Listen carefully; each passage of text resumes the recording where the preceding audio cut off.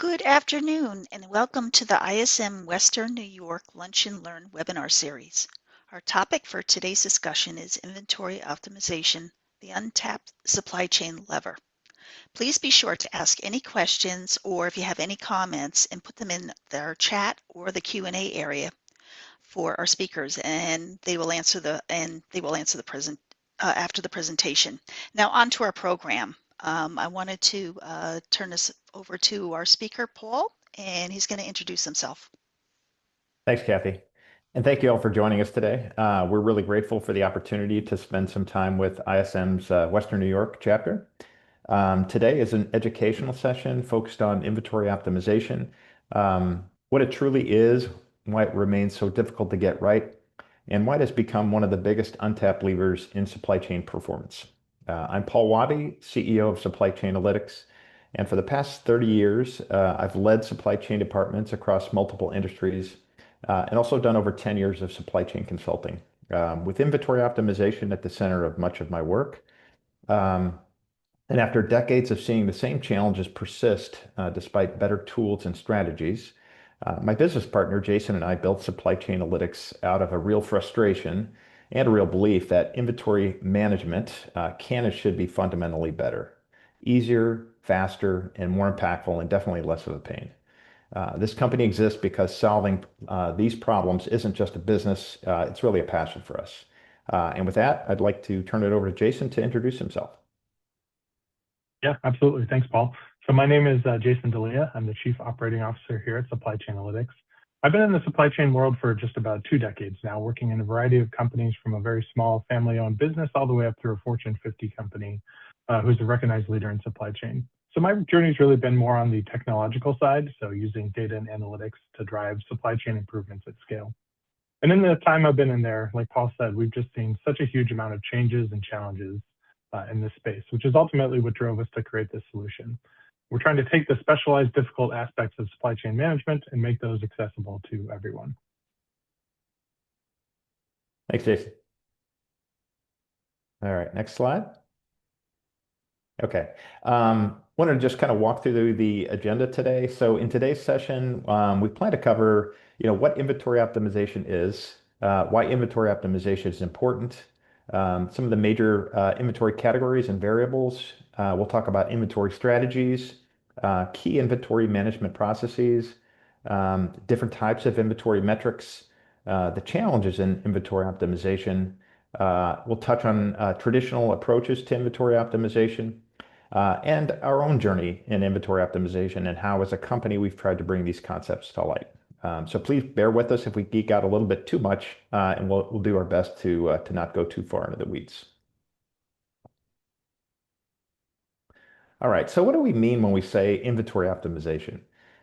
It is the ongoing process of trying to keep the amount of cash that we have tied up in inventory as low as possible that still allows us to achieve our business objectives in terms of sales, customer service levels, working capital, operating efficiency, and cost, which are 5 critical metrics for any business. As such, inventory optimization is an ongoing balancing act for businesses. Having too much increases working capital and operating expenses, and not having the right materials when they're needed reduces customer service and operational efficiency and can mean loss of revenue.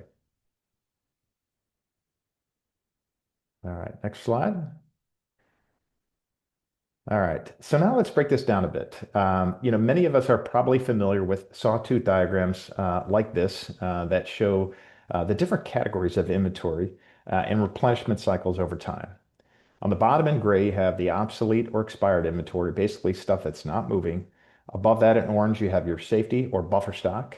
Then in your white, the cycle stock, which is the sawtooth portion that you're bringing in to satisfy ongoing demand. And then in the yellow, at the top, you have your pipeline or in-transit stock. The amount of inventory that makes up each of these categories is affected by different variables, and it's critical to understand what those are in order to effectively optimize inventory without creating problems in other areas of the business. I won't go through all the variables, but I do have them shown here, and we'll comment on some of the major players. So in the safety stock bucket, you have lead time, demand and supply variability, and service level targets. In the cycle stock area, the biggies are lead time again, replenishment frequency, and lot size. And now let's talk or discuss some of the key strategies that can be leveraged in each of these categories. There are a lot of different inventory strategies, and some just impact a certain inventory category, and others affect multiple or all inventory categories. Now, the ones that affect all or multiple inventory categories are the most attractive due to their impact. So let's talk about them first. One of the first inventory strategies I like to explore that affects all categories is SKU rationalization. I like to say rationalize before you optimize.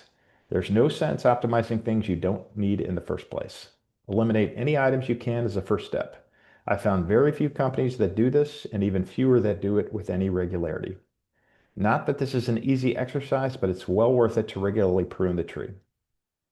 Next up would be evaluating order fulfillment strategy or items that are low runners. These are items you don't sell a lot of and are not impactful to the overall business revenue and margins, but may have an oversized impact on inventory. An easy starting point in this space is to just look at the bottom 10 or 20% of your finished goods. Moving to make to order strategy or at least some portion of these items for at least some portion of these items can be quite impactful as it means eliminating all inventory for both finished goods and raw materials that is unique to them. Another impactful strategy is looking at items that have multiple distribution or stocking locations and really evaluating whether there's an opportunity to consolidate stocking locations without having a significant impact to customer lead times. Next up would be ABCXYZ classification, which is really an enabler for segmentation strategies like service level segmentation and replenishment frequency segmentation. I'm sure most of you are familiar with the ABCXYZ classification concept, but just to make sure everyone understands this, it's a classification done at the item level where we start by determining the annualized value of each item, usually standard cost time annual usage or sales. Then we sort these in descending order and assign an A classification to the items that represent typically the top 80% of annualized value. The next 15 would be the B class, and the bottom 5 typically is a C class. That split, the 80-15-5 breakpoints for ABC, can certainly vary by company, but the split is pretty common. Next comes the XYZ or variability portion of the classification, which is typically based on forecast accuracy for finished good items and usage frequency for raw materials. So once we have our ABCXYZ class assigned, we can then leverage this to employ inventory strategies that are best suited for the item's value and variability characteristics. This is a really great tool in the IO space. A common strategy that leverages this in the safety stock category is service level segmentation, which essentially means assigning a different service level target based on the item's ABCXYZ classification. So why is this attractive? It's attractive because we have to hold significantly more safety stock to achieve the same service level target for an item that has high variability, like a Z class item, versus one that is very stable, like an X class item. So basically, with a one-size-fits-all approach, we invest a disproportionate amount of inventory dollars in highly variable items, many of which support very minimal business revenue to begin with. As such, a service level segmentation strategy can better align inventory investment to what's really important to the business and can be a great tool in the inventory optimization toolbox. The ABC XYZ classification can also be leveraged to optimize cycle stock.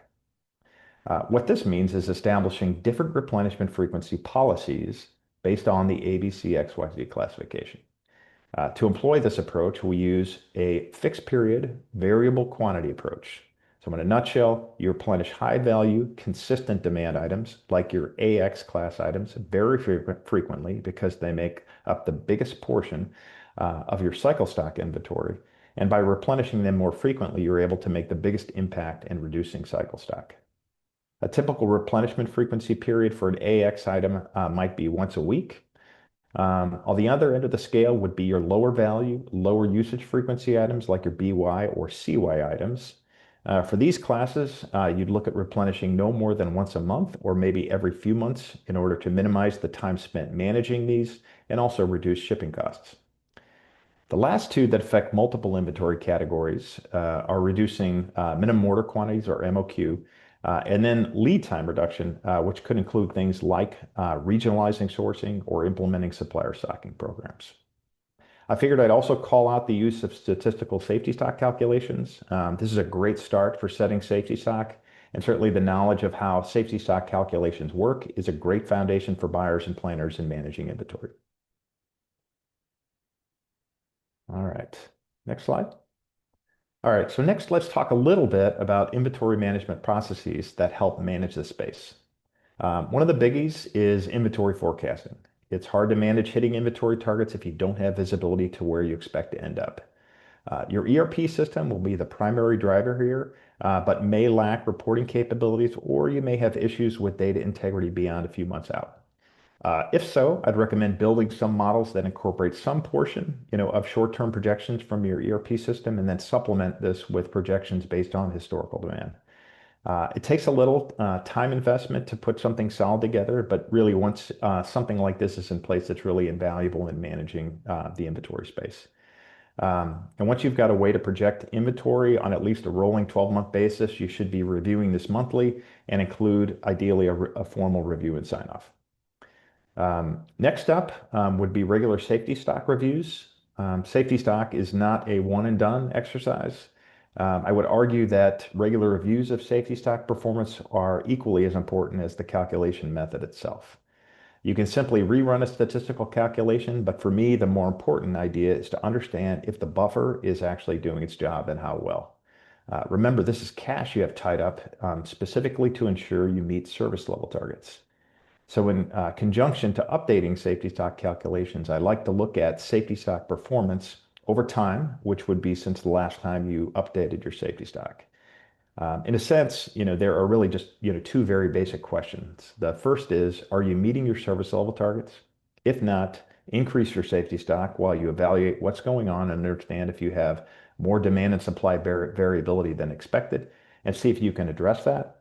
If you're hitting your service level target, the question is, how frequently am I dipping into my safety stock buffer? If you're not, or hardly ever, you may have too much safety stock, as the intention is to use that buffer. You should see some safety stock penetration on an ongoing basis, and your safety stock review should provide that understanding. The next process would be a monthly excess and obsolete review process that would typically include planning, purchasing, manufacturing, finance, and sales. So what's the purpose of doing this? It's really to identify and classify items that are obsolete, i.e. have no future use, so you can disposition these, which can include everything from, returning raw materials to a supplier or substituting this for something very similar, or, on the other end of the scale, simply scrapping it out.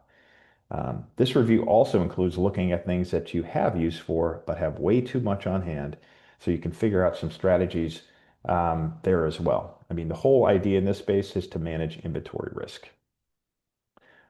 We talked about ABCXYZ classification, and I usually recommend doing this on an annual basis as part of or just ahead of the budget cycle. We also discussed SKU rationalization, and another great process to do annually ahead of the budget cycle. Vendor rationalization is kind of a similar concept to SKU rationalization. Sometimes we can find that we have multiple vendors supplying the exact same thing or a lot of the same products, which can tend to lead to SKU proliferation. So reviewing and rationalizing these on a regular basis is also a great practice. Supplier scorecards are a great tool to help with monitoring and managing supplier performance, which translates into ideally less supply variability, and which affects our safety stock. And then last up is open PO review. Your ERP system should be driving this with messages to push out or cancel POs if you have too much inventory, but this is not always adhered to, and doing an overall review of open POs against inventory days on hand targets can be a quite useful process in avoiding buildup of unnecessary inventory. Plus, it's one of the quickest ways to impact inventory. It's much harder to find ways to use up things that we already have as opposed to canceling or pushing a PO out. All right, so let's talk about metrics. Um, I've listed some good metrics for inventory management here and broken them up into 4 buckets. At the top upper left, you have impact metrics, essentially high visibility metrics that impact the overall performance of the business and get a lot of visibility. These include things like inventory turns, which is the frequency your inventory turns over relative to your sales, which is a backward-looking metric, typically favored by finance. Days of supply or days on hand, which is how much inventory you have on hand relative to future sales.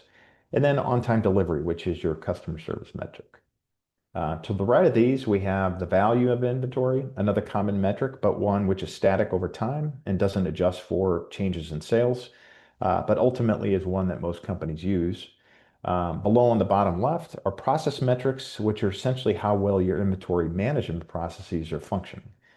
These include things like stockouts or material availability, percentage of excess inventory or write-offs compared to sales, etc. And then the last bucket are metrics in the continuous improvement space. Here you have both demand and supply variability, both of which affect safety stock. So less demand and supply variability ultimately translates into less buffer that we need. All right. Next, I wanted to talk a little bit about some of the common challenges that companies face in this space. I've broken this down to people, processes, technologies, and data. In the people space, some of the biggies are lack of internal expertise and experience in inventory management best practices, and simply the lack of resources and time to commit to doing it. Next is the process space, which is really just a lack or limited ongoing formal processes to support effective management. Next over is technology. And with how much analysis is required on an ongoing basis, having solid tools in place can be a game changer because if not, unfortunately, it simply falls to people to do the heavy lifting. And the last area is data. And as we all know, the concept garbage in, garbage out. If we have issues with poor data quality of both either transactional or master data, I mean the problem gets even harder. So what are the traditional options companies employ? Um, First and unfortunately, incredibly common is simply trial and error. What I mean here is trial and error on setting safety stocks and also planning parameters. What this typically looks like is a buyer or planner sets safety stock and planning parameters once at the time an item is set up, usually in the system, based upon either similar items or some general guidelines or rules of thumb, and then forgets about them. This approach certainly doesn't take much effort, but usually results in the most inventory and poorest service levels.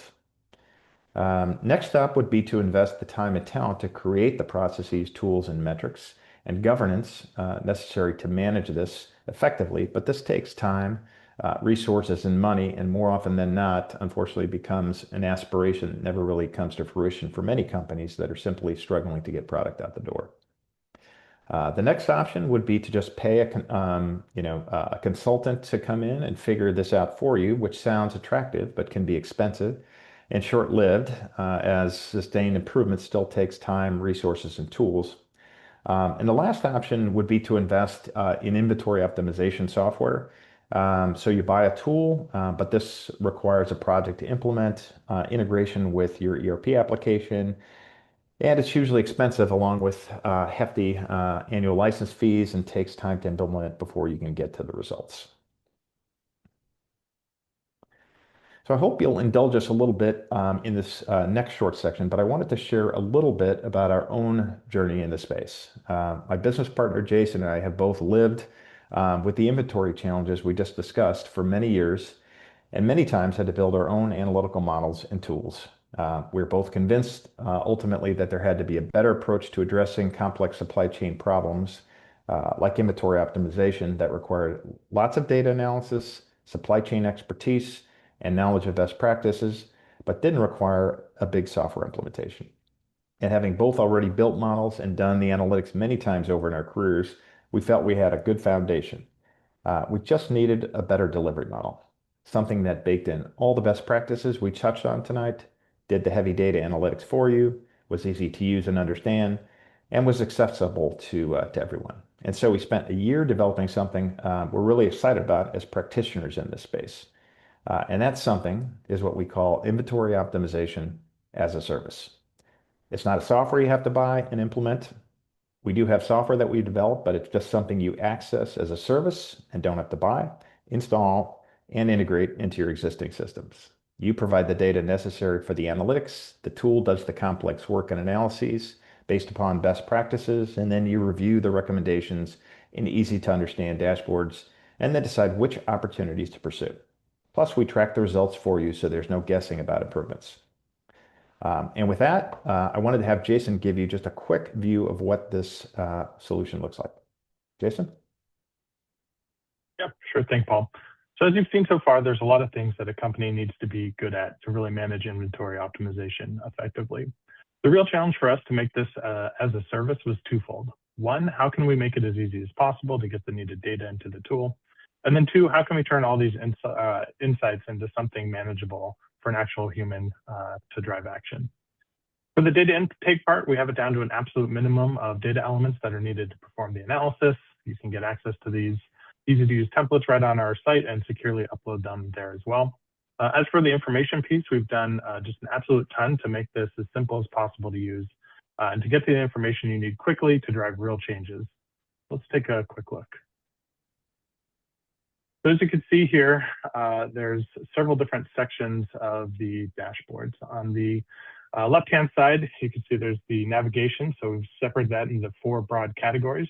The first is your overview. This is what we like to call the show me the money page.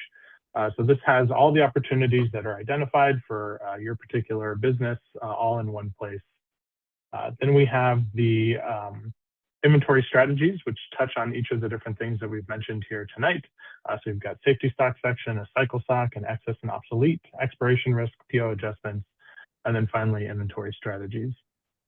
Next, you have a couple of different views. These are different ways to see all of the inventory in your supply chain. We've got location by material type and a couple others that I'll show you here.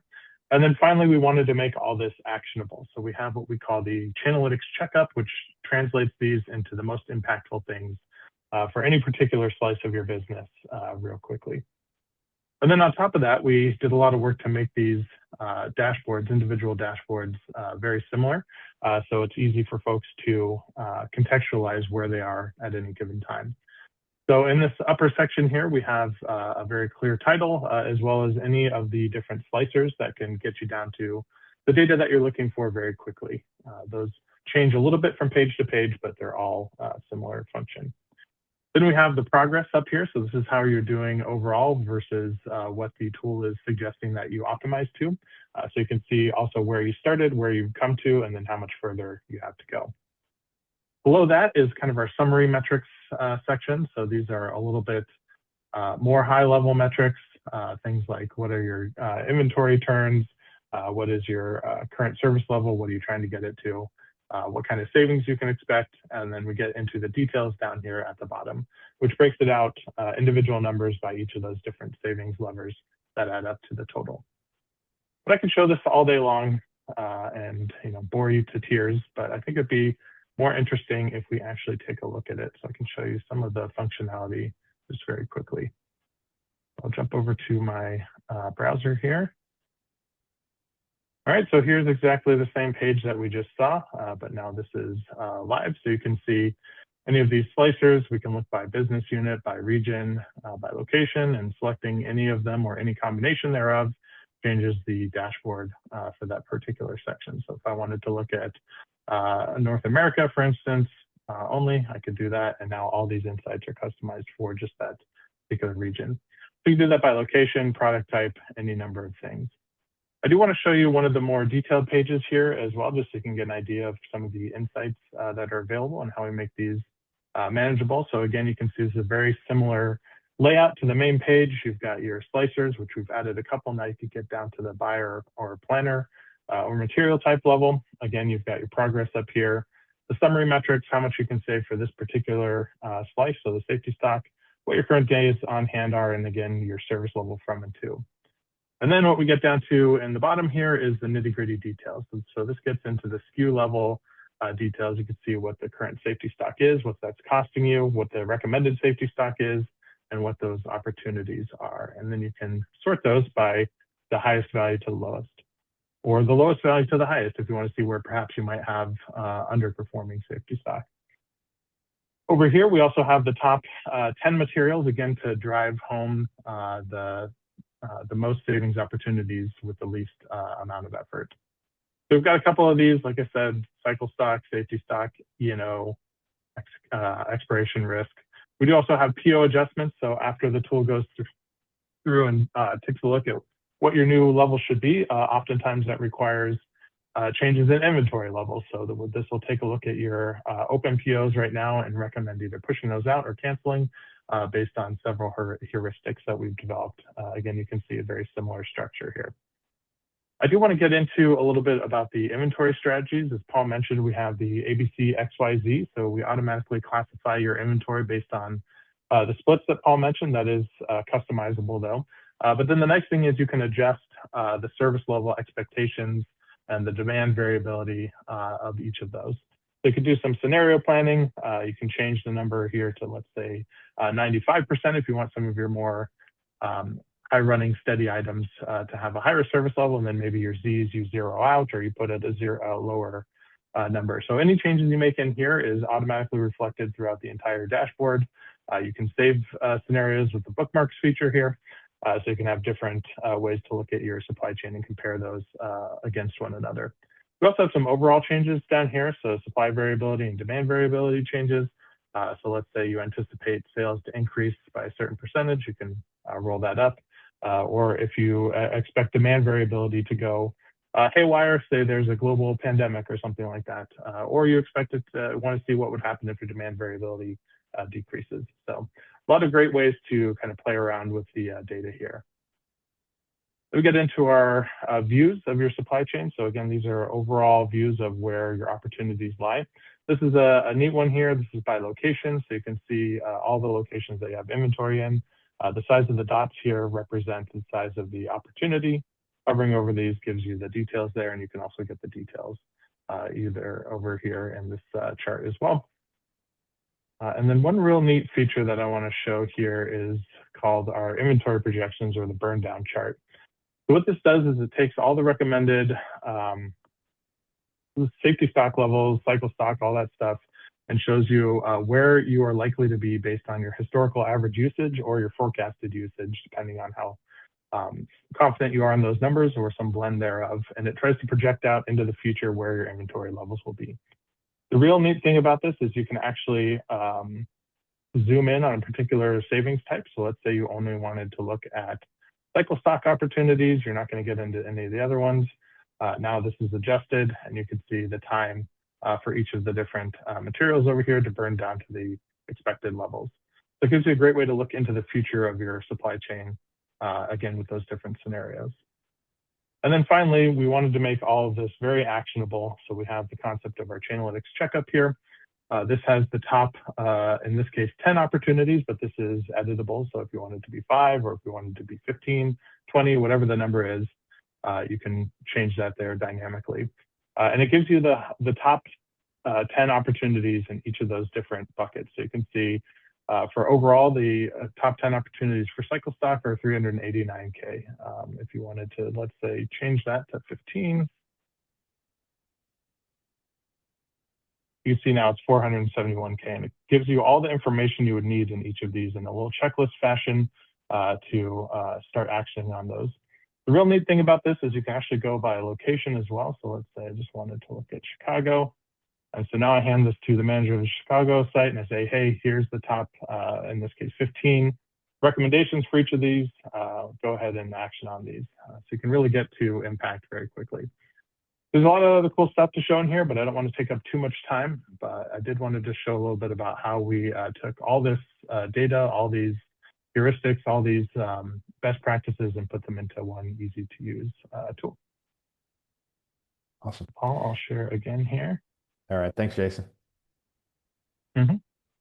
So wanted to thank you all for your time this afternoon. If you'd like a copy of the presentation we went through or would like to discuss really any of the content, please feel free to drop your email in the chat and we'd be happy to shoot you a copy or reconnect after. I've also included a copy of our email on the screen. And with that, I'd like to go ahead and just open it up for questions if anyone has any. I don't see any questions in the chat, but I did want to ask you, with the ongoing disruptions with tariffs and the geopolitical uncertainty, how should companies rethink safety stock strategies while still controlling their inventory costs? That's a great question. So yeah, with geopolitical issues, I mean, we get into things that aren't um, easy to model because there's no frequency. I mean, they fall into that unplannable events, and so I think ultimately when there are disruptions, whether they are geopolitical or things like port strikes, et cetera, companies inevitably have to take steps to increase their buffers.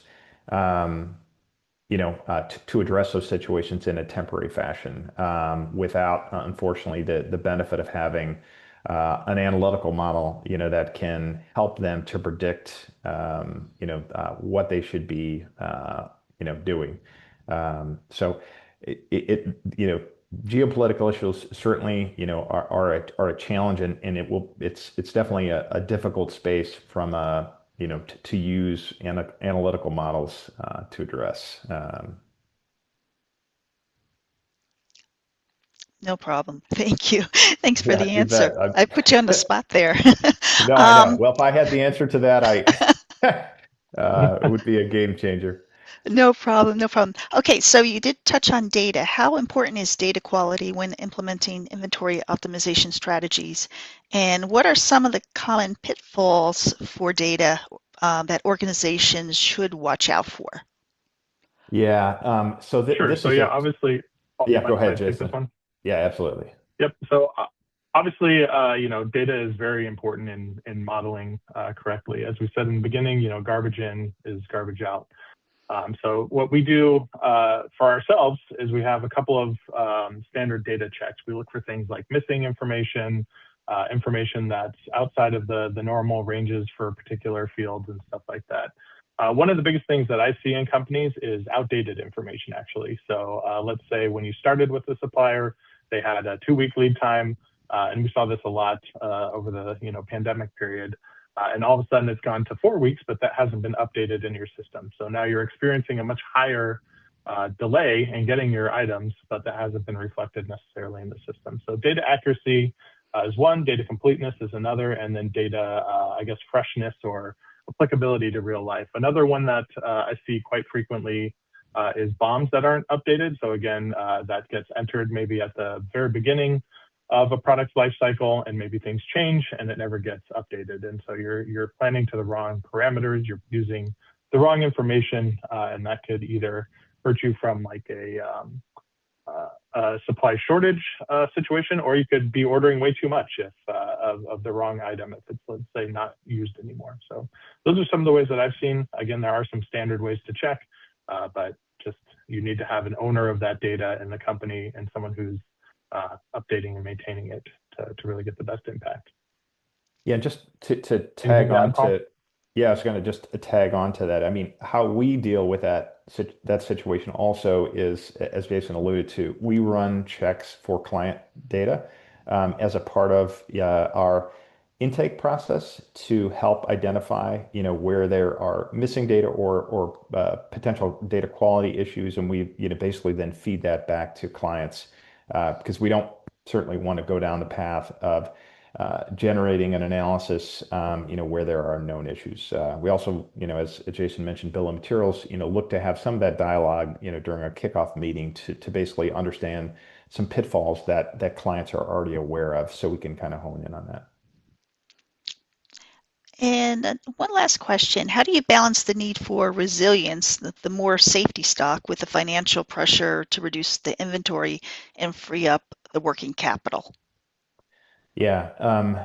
So I can take this one. So for me, because a lot of this, kind of hits in the safety stock space to provide or address, inherent variability in your supply chain.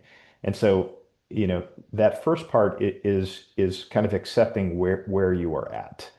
which is your present demand and supply variability and your expectations from a service level perspective. So, I mean, ultimately, that's what statistical safety stock calculations address.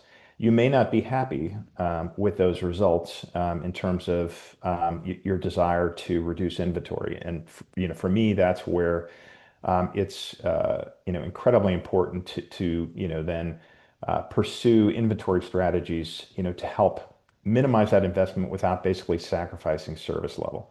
And so we touched upon a number of those tonight.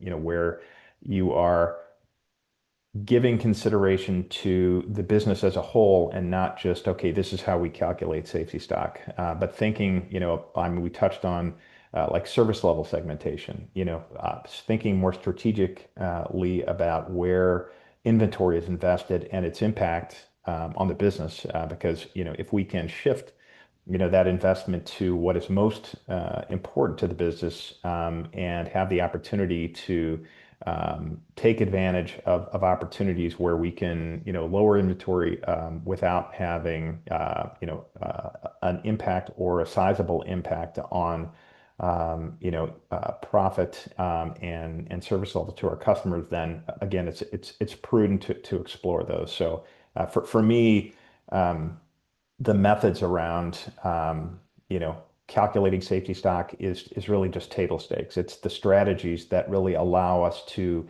maintain, the desired service levels, but start to bring the investment that we put into that lower.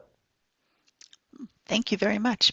I don't see any more questions, but do you have any closing remarks before we end for today? Um, I think really just kind of tagging on to the comment about strategies. I think that the foundational elements are kind of doing the safety stock and ensuring your cycle stock policies are thoughtful and they're reviewed on a frequent basis. Much of this, we think. I mean, I think the process side is, I think of that as kind of blocking and tackling. It's okay, putting in place repeatable processes by in which you're reviewing. When things change, and also both internally and externally in the market, and making adjustments accordingly. And then, but for me, the game changer is moving past things like the safety stock review, regular safety stock reviews, and looking at your MOQs and other elements that are going to affect the parameters that you put in your ERP system, and starting to kind of move into the inventory strategy space. And there are plenty of them out there, and you don't have to employ all of them. So for me, step one is an educational component to understand the different strategies that can be employed, and what may or may not be attractive for your particular business, and then really just starting down that journey of, okay, what can we do in this space, and then focus on, like all things in business, continuous improvement. How do I master this, and then how do I maybe look at some other opportunities for us to learn and continue to get better. Thank you very much. Jason, do you have any closing remarks before we end? Yeah, I mean, just as Paul alluded to, there's a lot here, and just continually learning and growing has definitely been beneficial to me. But I would say beyond that, I just want to say thank you to you for hosting us, and then thank you for everyone for listening. We really appreciate it. As Paul said, this is more than just a business to us; it really is a passion. So we like to share, kind of our journey and how we've got here with everyone. So thank you. Thank you very much. Thank you, everybody, for joining us today. And I want to thank Jason and Paul for sharing your insights, and also the demo, which I didn't even realize we were doing today. And that was actually that was fantastic to see it actually live. Thank you very much. You're At this most welcome. point, at this point, I'm going to close out the program for today, and we will have this probably on our YouTube channel sometime later today. But thank you all for joining us. Great. Thank you. Thanks, Kathy. Thank you. Bye bye.